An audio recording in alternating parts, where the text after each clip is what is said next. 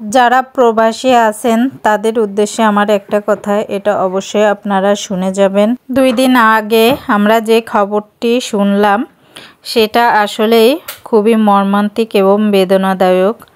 এই যে ওমান প্রবাসী ওই ভাইটার কথা, একই ফ্যামিলিতে 7 জন মারা গিয়েছে। এই ঘটনাটাই এমন হবে কেউই কিন্তু আগে থেকে জানতো না, আল্লাহ পাক লিখে রেখেছেন এটাই, তাই সেটাই হবে। তবে প্রবাসী ভাইদের কথা একটা কথা না বললেই নয়।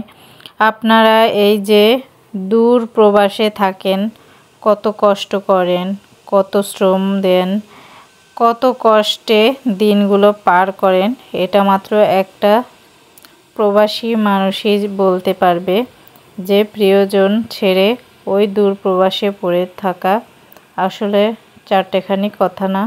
সব কষ্ট যখন করেন আপনারা, তবে একটা দিকে খেয়াল রাখবেন, এই যে আত্মীয় স্বজন ডেকে নিয়ে বিমানবন্দরে যে ভিড় করা, এগুলো থেকে আপনারা বিরত থাকবেন।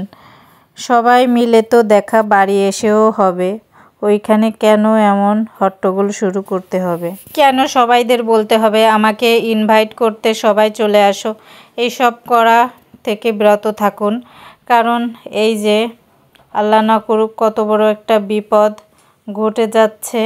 এই যে 7 জনের প্রাণ যে চলে গেল, এই 7 জনের প্রাণ নাও যেতে পারতো আল্লাহ না চাইলে। এই যে ওমান প্রবাসী এই ভাইটা নতুন সদ্য বিয়ে করে প্রবাসে চলে যান।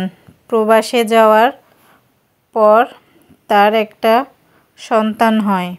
ওই সন্তানটাকেও ওই বাবাটার কি ভাগ্য, একটু কোলে নিয়ে আদরও করতে পারেনি, একটু ভালোবাসতে পারেনি, একটু বুকে টেনেও নিতে পারেনি। আল্লাহ তার আগেই সেই বাচ্চাটিকে জান্নাতের পাখি বানিয়ে দিয়েছে।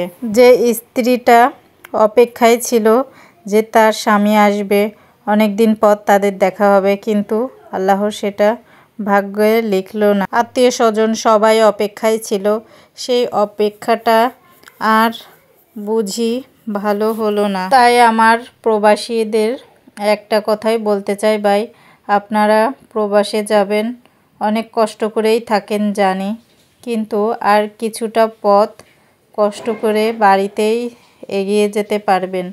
এভাবে পরিবার টেনে নিয়ে ওই বিমানবন্দরে ভিড় করবেন না। তবে ভিডিওটা আজ এই পর্যন্তই।